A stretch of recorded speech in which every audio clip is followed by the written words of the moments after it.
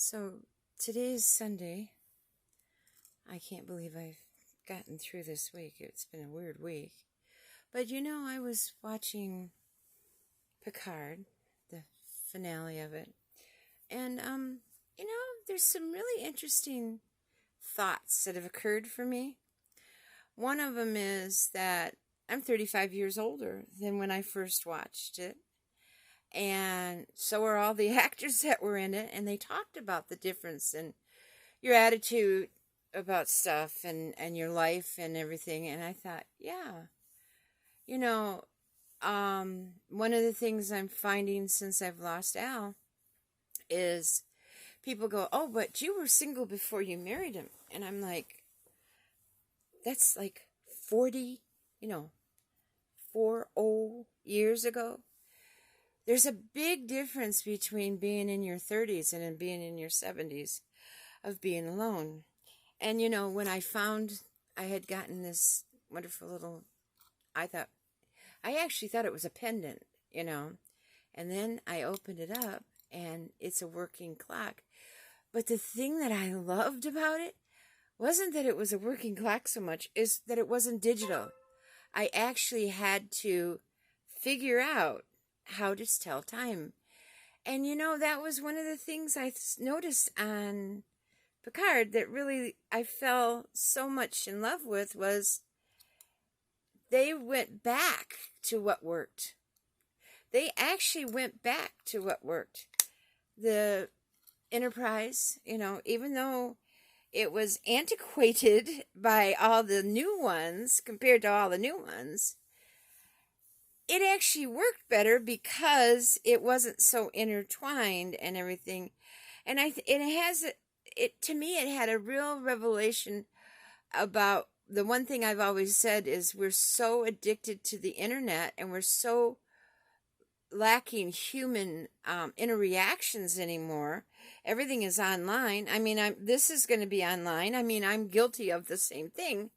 But one of the things I crave about getting out of the house is seeing if I can actually communicate with people in a physical manner, because I feel that I've lost probably 75 to 80% of my ability to have conversations and communicate, because there's such animosity out there and such violence that we have become reactionary in the way that we handle everything.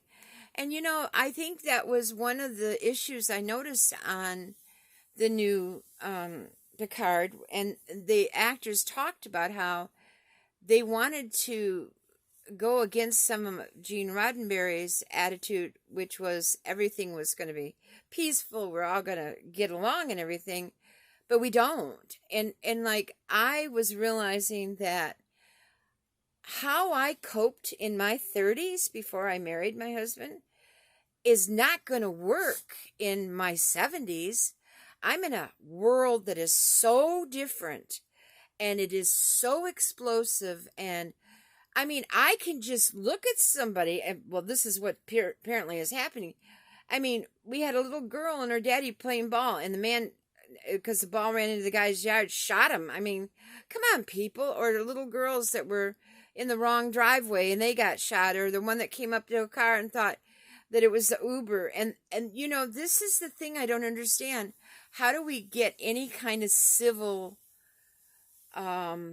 how do we get any civility back with each other? So I'm going to be honest in saying that I don't know if I can function out in the world anymore because of having the restrictions of all the virus restrictions and everything. And then getting the stupid thing, even though I had vaccine, I have been isolated. This is going on 4 years almost. So I was used to getting out. We would get out and we'd do our shopping and we'd socialize.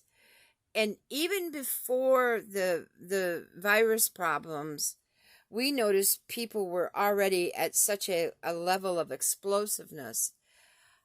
I personally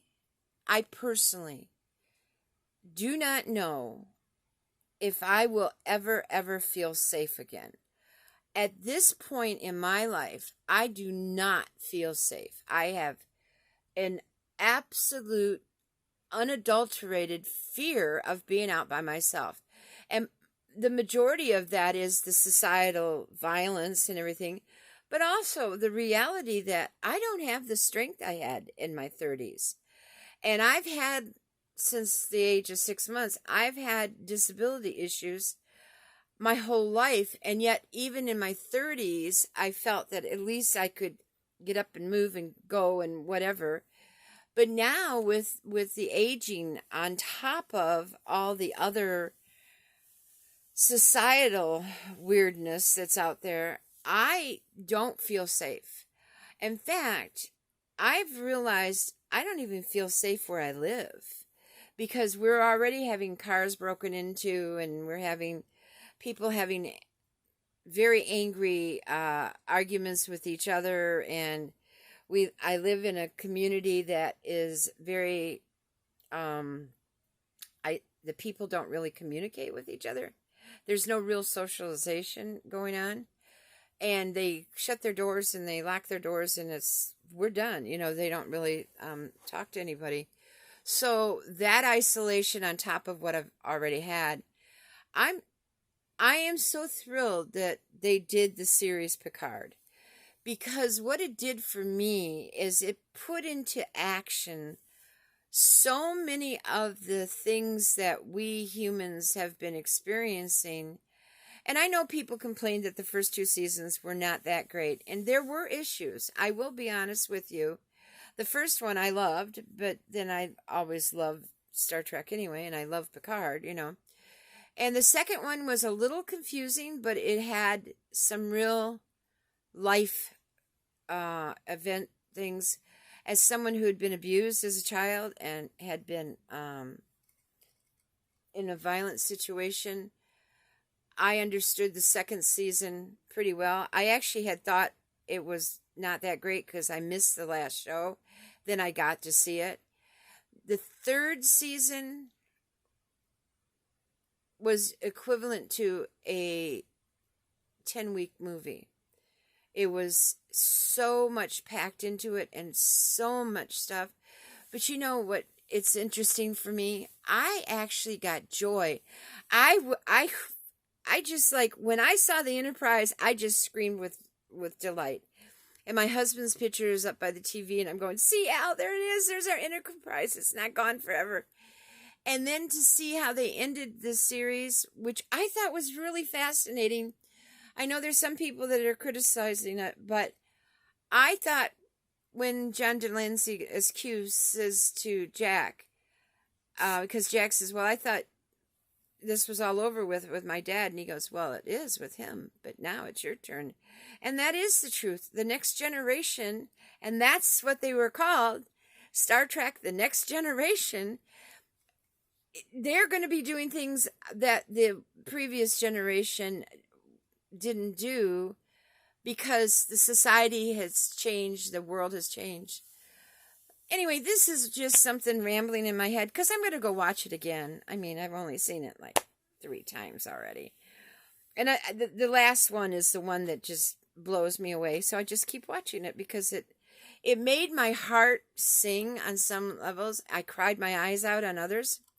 But I have to say, it was so well done. I don't know how else to put it, but my world is very complicated.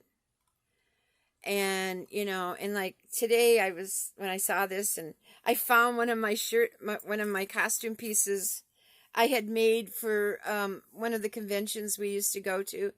And I thought, oh, I miss costuming. And then I realized, oh, it's CostumeCon right now out in California. So it's like I had these little connections that kept popping in. And then I kept looking at the watch today going, I can tell time. I can tell time. I also can write in cursive, just so you know. So anyway, hope you all have a good day. Bye-bye.